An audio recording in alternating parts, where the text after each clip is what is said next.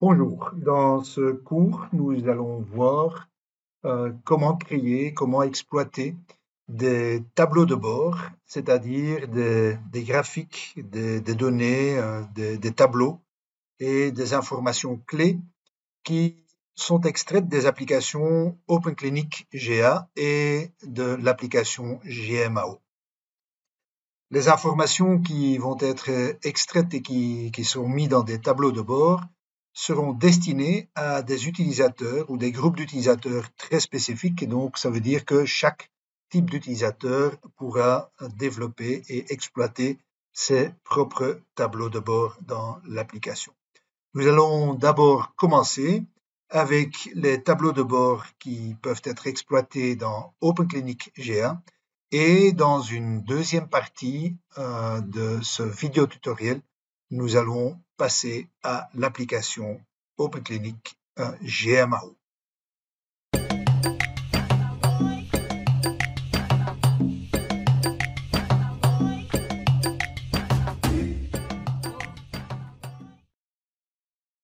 Alors, pour accéder au tableau de bord dans OpenClinic, nous allons d'abord évidemment nous connecter à l'application. On met le login, on met le mot de passe de l'application. Et puis dans cette application, on va pouvoir accéder au tableau de bord à travers deux accès possibles. D'abord, nous avons des tableaux de bord qui sont prédéfinis et qu'on va trouver ici dans le menu Système, tableau de bord. Et donc là, on voit le tableau de bord Administration système, le tableau de bord Gestion hospitalière, le tableau de bord pour des supervisions. Ce sont trois tableaux de bord qui sont prédéfinis et qui vont contenir un nombre de graphiques, de tableaux et d'informations clés qui sont chaque fois destinés à un objectif spécifique. Et puis j'ai la quatrième option qui sera mon tableau de bord dans lequel je vais pouvoir mettre des composants qui m'intéressent comme utilisateur dans le système OpenClinic. Ça, c'est côté exploitation. On a également la possibilité de définir un tableau de bord. Donc, c'est principalement définir mon tableau de bord. Et ça se fait à travers mon profil. Quand je clique sur mon profil, je vais voir que ici, tout à fait en bas de l'écran, j'ai l'option gestion de mes tableaux de bord où je vais pouvoir parcourir les différents tableaux de bord qui ont été définis dans OpenClinic. Et je vais voir que les tableaux de bord sont organisés par catégorie. Il y a une catégorie financière, il y a une catégorie administration, il y a une catégorie clinique et une catégorie système. Et pour ajouter des composantes spécifiques dans mon tableau de bord, il suffira de les cocher et puis de sauvegarder ce que je viens de cocher. Et donc, désormais, ces composantes que j'ai sélectionnées ici vont également faire partie de mon tableau de bord. Il y a encore une fonctionnalité avant de réellement commencer par catégorie de tableau de bord. Il y a une fonctionnalité qui est transversale et qui nous permet pour chaque composante de faire une prévisualisation du tableau de bord. Je vois ici par exemple pour la composante revenu que j'ai ici la possibilité d'afficher les montants journaliers qui ont été facturés aux patients et aux assureurs dans les 30 derniers jours. Au lieu d'exécuter réellement le tableau de bord, je peux cliquer ici sur l'icône de prévisualisation et cette icône va me fournir une graphique avec, ce sont des données qui viennent de la base de données où je vois l'évolution en montant, donc des recettes qui ont été reçues dans les 30 derniers jours. Cette prévisualisation est disponible pour chaque composante des tableaux de bord. Quand je parle ici d'un tableau de bord, c'est en fait un ensemble de une ou plusieurs composantes Et une composante, ce sont les éléments qui ont été identifiés ici dans les différentes catégories et qui ont chaque fois aussi reçu un numéro d'identification unique. Donc, on va pouvoir identifier chaque composante également avec son numéro unique dans la liste. Et vous allez voir que pour l'instant, il y a à peu près 34 tableaux de bord qui ont déjà été définis dans le système OpenClinic.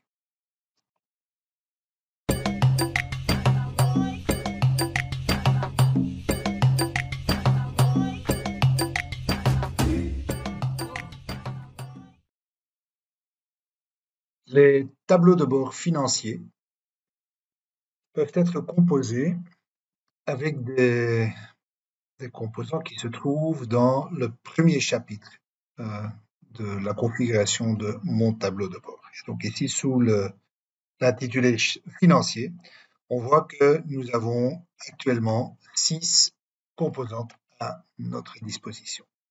On va les parcourir un à un. La première composante, c'est les revenus. Donc, les revenus identifiés par le numéro d'identification 7. Il s'agit en réalité des montants journaliers, les montants totaux journaliers qui sont facturés en même temps, enfin, où c'est combiné aux patients et aux assureurs dans les derniers 30 jours. Ça veut dire, si je vais demander de faire ce calcul, par exemple, le 15 janvier, je vais avoir le total des recettes qui ont été réalisées entre le 16 décembre et le 15 janvier. Donc les derniers 30 jours depuis la date à laquelle on demande de faire le calcul en question. Donc si je vais calculer ici, donc je peux prévisualiser ici. Et si je vais prévisualiser, le système va aller chercher les données dans la base de données et me donne une évolution des recettes dans les 30 derniers jours. Donc ici, je suis le 25 du mois, ben je vais retourner jusqu'au 26 du mois passé. Et je vois évidemment dans beaucoup d'hôpitaux, on va voir qu'il y a une certaine fluctuation selon les week-ends. Hein, donc la semaine, on va avoir plus de recettes et puis le week-end, souvent, ça diminue un peu et puis on a de nouveau des recettes. Ces montants combinent donc, comme j'avais dit, les montants qui sont reçus des patients avec les montants qui vont être réclamés des organismes assureurs. Ça veut dire qu'on a ici le total des recettes qui ont été réalisées. Les montants sont exprimés en milliers, donc ça veut dire ici 2000 cas, ça veut dire 2 millions. 4000 cas, c'est 4 millions, 6000 cas, c'est 6 millions. Ça dépend évidemment de la monnaie dans laquelle on travaille, mais donc ici, dans cet exemple ici, où on travaille en francs burundais, on va avoir chaque fois le montant journalier pendant 30 jours qui a été reçu. Et donc ça tourne ici d'habitude autour de 2 millions de francs de recettes. Alors passons maintenant au prochain composant, qui est la complétude de la facturation. La complétude de la facturation, identifiée par le numéro 8, c'est le pourcentage des contacts dans le dernier mois complet pour lesquels au moins une facture a été émise. Qu'est-ce que ça veut dire? On va d'abord calculer le résultat sur le dernier mois complet. C'est quoi le dernier mois complet? En fait, c'est le dernier mois avant la date du calcul qui est complètement passé. Donc, si je vais faire le calcul le 2 février, le dernier mois complet, ça va être le mois de janvier. Si je fais le calcul le 28 février, ça va toujours être le mois de janvier. Et donc, ça, c'est la période. Et puis, ce qu'on va calculer, on va essayer de compter le nombre de contacts qu'il y a eu dans la base de données, ou qu'on a enregistré plutôt dans la base de données pour des patients. Donc, chaque fois qu'un patient vient à l'hôpital, soit pour une consultation, soit pour une hospitalisation, on va l'enregistrer dans le système. Et en principe, pour chaque passage, il devrait y avoir également une facture émise pour le patient, même si c'est un montant zéro, donc où c'est un patient qui est complètement couvert par une assurance maladie, il y aura quand même une facture, mais une facture avec un montant zéro à payer par le patient. Si on a enregistré le patient pour une consultation ou pour une hospitalisation, mais que par la suite, il n'y a pas de facture qui est émise par le système, ça veut dire qu'il y a quelque chose qui cloche. Donc, ça veut dire que ou bien le patient a consommé des services et n'a pas payé, ou bien on a mal enregistré. Et donc, typiquement, ce qui arrive dans des structures de soins où on ne fait pas l'enregistrement des contacts tout à fait correct, c'est qu'un patient qui arrive, par exemple pour une consultation, on l'envoie par après au laboratoire ou on l'envoie à la pharmacie. Il y a des hôpitaux où on enregistre, pour chaque changement de service, on enregistre un nouveau contact, ce qui n'est pas la bonne procédure. On devrait, en réalité, chaque fois simplement changer le service, donc enregistrer un transfert interne plutôt que d'enregistrer un nouveau contact.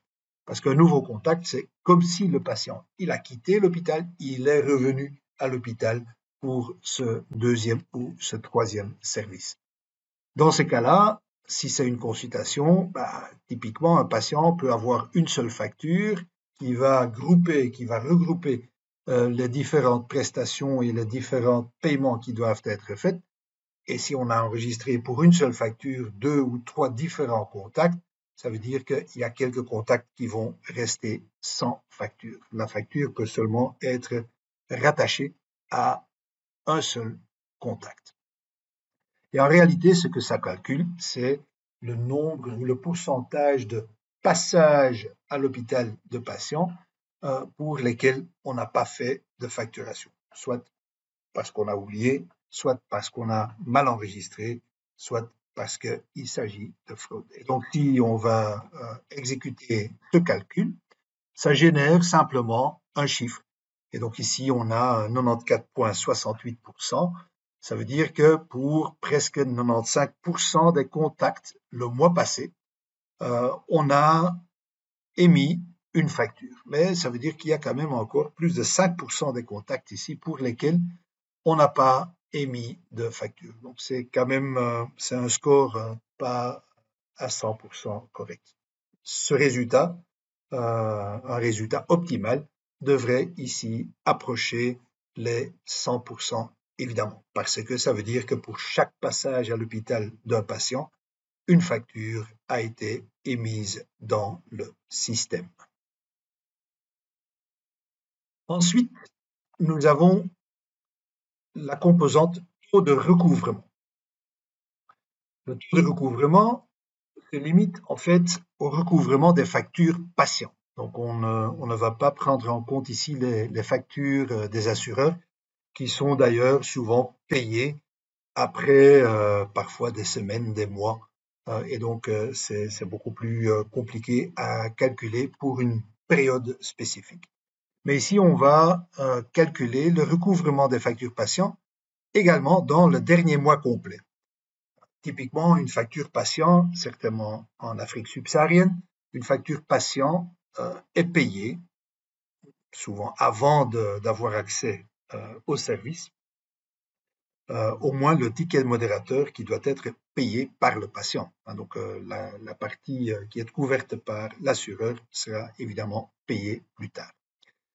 Et donc ici, on va calculer de nouveau sur le dernier mois complet, c'est le même calcul que pour la composante précédente, et on va voir quel pourcentage des factures patients qui ont été émises le mois passé ont réellement aussi été payées. Donc pour ces factures-là, on a enregistré un paiement qui est équivalent au montant qui a été facturé. Et donc ici, le taux de recouvrement devrait également s'approcher de 100% des factures émises. Et donc, quand on fait le calcul en question, le système va aller chercher dans la base de données, va parcourir toutes les factures et va alors voir quelles sont les factures qui ont été payées et ceux qui sont restés sans paiement.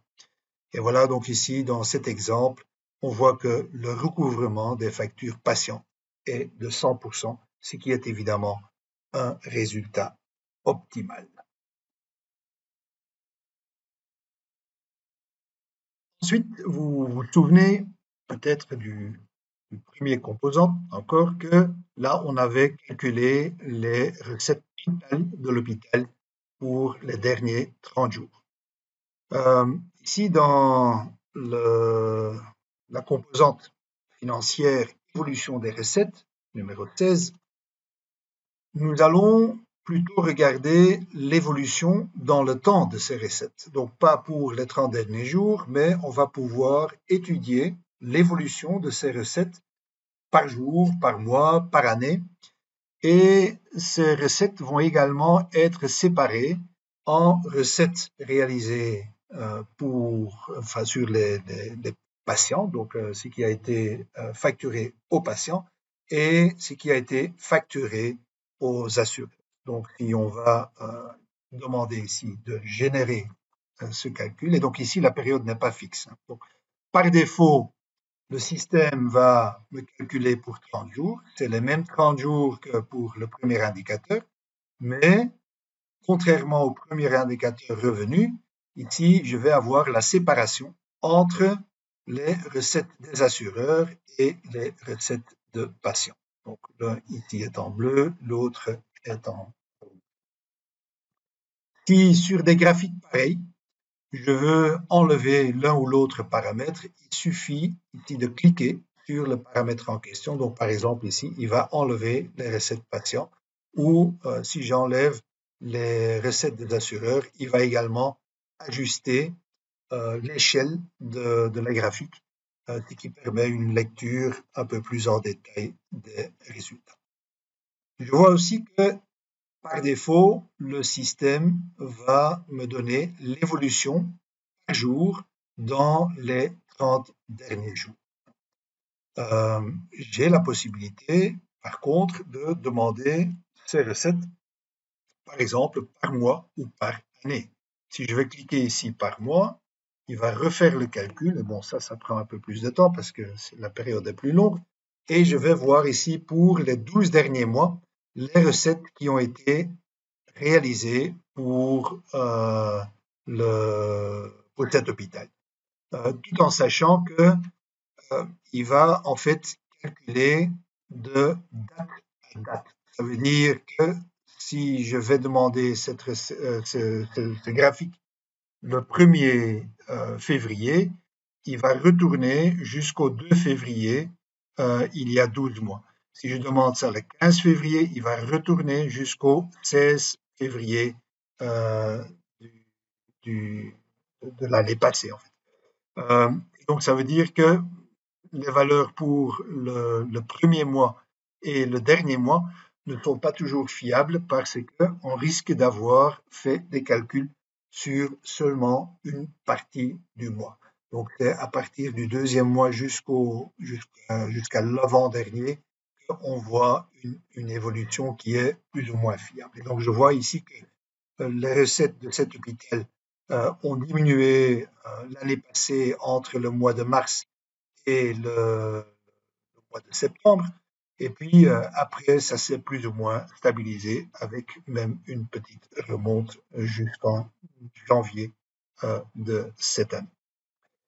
Si pour une période, je retourne ici, par exemple, de nouveau au graphique par jour, si je veux avoir des détails de ces recettes, je peux cliquer ici sur le bouton Détails et le système me donnera le détail pour chaque jour de ce mois. Donc, je vais voir ici les recettes détaillées par mois, par jour plutôt, pour les 30 derniers jours.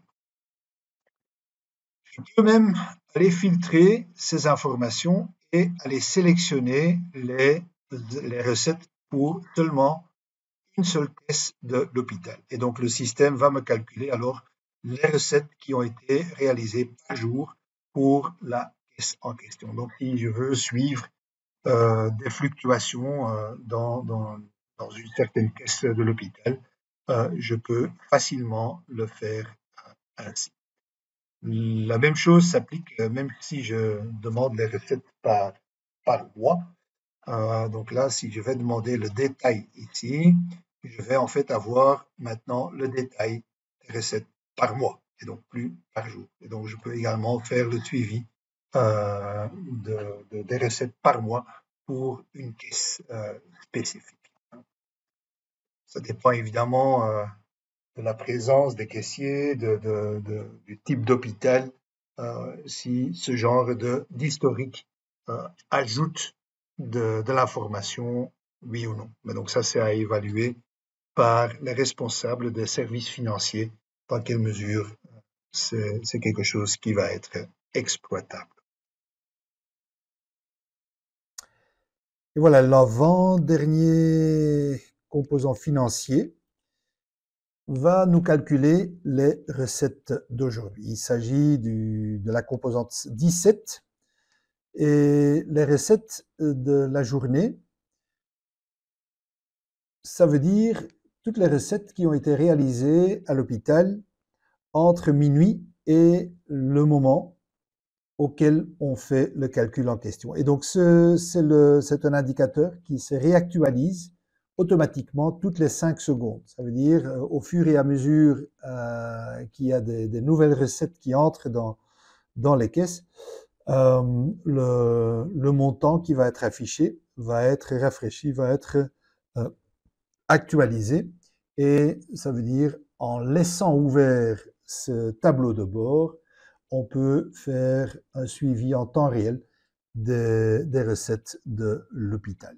Donc si je vais cliquer là-dessus, c'est un calcul qui n'est pas trop compliqué. Ça me donne simplement les recettes du jour. Et donc, s'il y a des patients qui arrivent à l'hôpital, dans les prochaines minutes ou les prochaines heures, chaque fois qu'on enregistre une nouvelle facture avec un nouveau paiement, les recettes du jour vont s'actualiser automatiquement.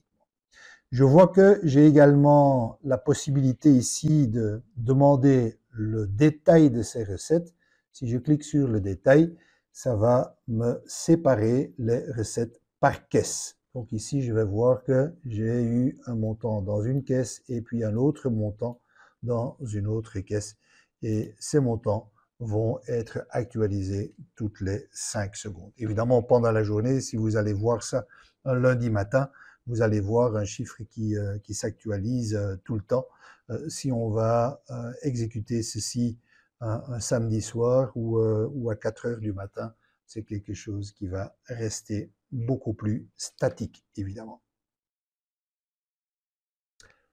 Et ceci nous amène à la dernière composante financière, qui est la composante qui calcule le nombre de factures ouvertes. Il s'agit donc de la proportion des factures ouvertes comparée à la totalité des factures émises.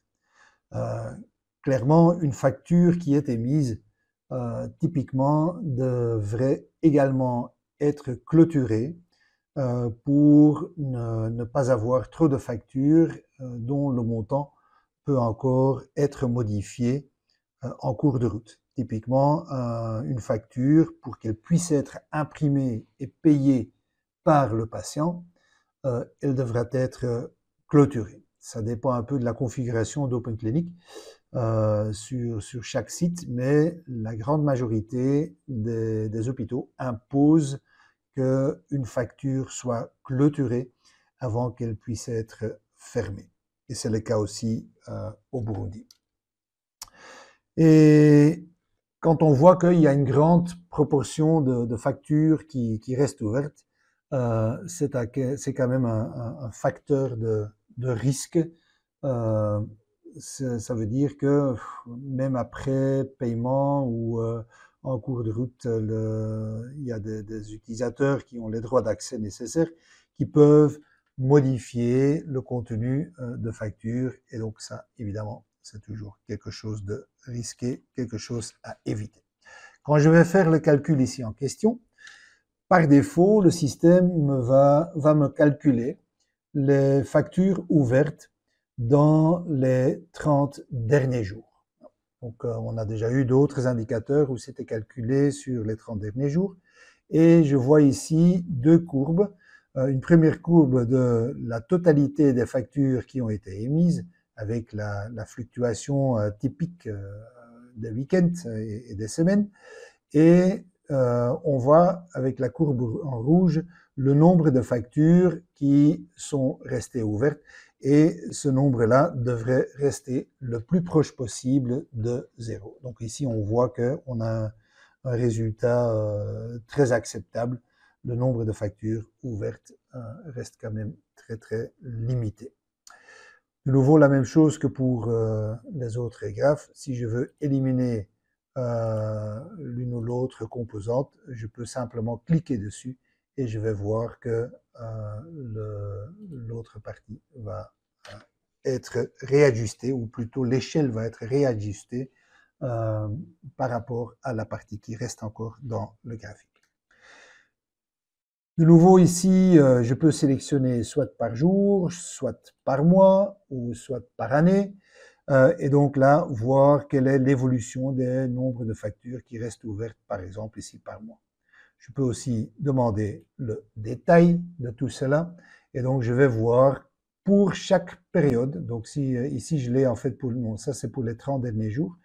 Dans le détail, j'ai pour les 30 derniers jours les factures qui sont restées ouvertes. Ça permet un contrôle et une vérification pour savoir pourquoi est-ce que ces factures sont restées ouvertes. Des factures, évidemment, d'un montant zéro, ça c'est un peu moins inquiétant, mais si je vois qu'il y a des factures avec des gros montants qui restent encore ouvertes, je vais pouvoir vérifier s'il s'agit éventuellement de factures d'hospitalisation ou d'intervention où le patient doit encore avoir un peu de temps pour pouvoir venir payer. Si je veux avoir le détail de cette facture, je peux aller dans le dossier, enfin, ou plutôt ouvrir la facture en question. Donc, quand je clique sur la facture en question, je vais voir le détail de la facture avec le nom du patient et les informations ou les items qui ont été facturés. Et donc, ça permet de investiguer en détail les factures qui n'ont pas été fermées. Et de faire un suivi rapproché, évidemment, à partir du service de facturation pour faire le monitorage des différentes caisses dans l'hôpital. Mais donc, important de savoir, peu importe la périodicité qu'on va choisir ici, le détail portera toujours sur les factures qui sont restées ouvertes dans les 30 derniers jours. Et voilà, ceci clôture les tableaux de bord financiers dans Open Clinic GA.